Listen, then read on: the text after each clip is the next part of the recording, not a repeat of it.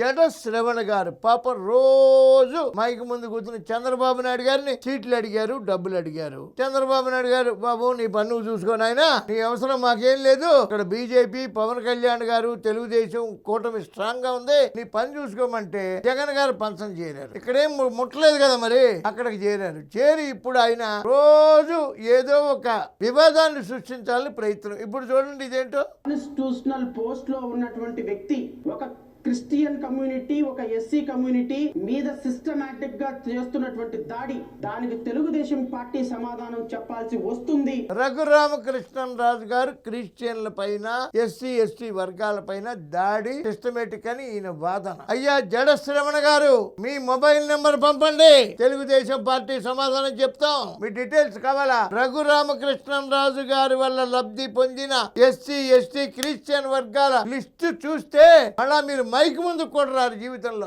రఘురామకృష్ణరాజు గారు నిగర్వి 10 మందికి సహాయం చేసే పెద్ద మనిషి, పుట్టడమే గోల్డెన్ స్పూన్ తో పుట్టి 10 మందికి సహాయం చేయడానికి ఎల్లవేళలా ముందుకొచ్చే మహానుభావుడు రఘురామకృష్ణరాజు గారు. ఆయన గురించి మాట్లాడడానికి మీరు నేను సరిపోం. నమస్కారం.